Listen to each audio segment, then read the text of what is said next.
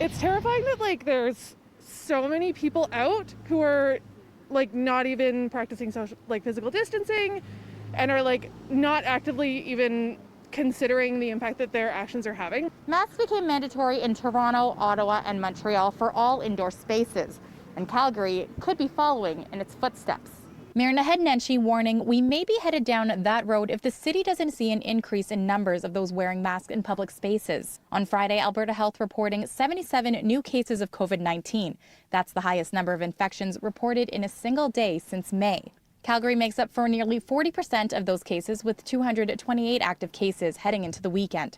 According to the mayor, not enough people are wearing masks in stores and on transit, and that needs to change. I don't know, I'm kind of caught between health, safety, Retail store, transit. I don't really like the mask. So I think transit makes sense.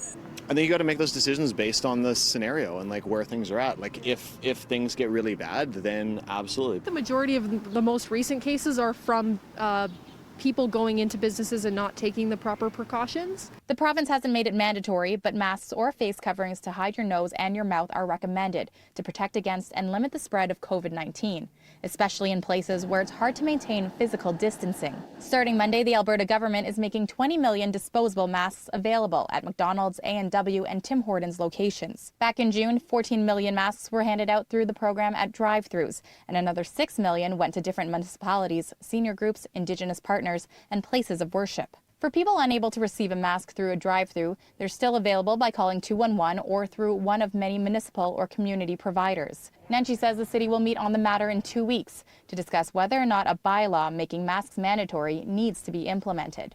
In Calgary, Jackie Perez, City News.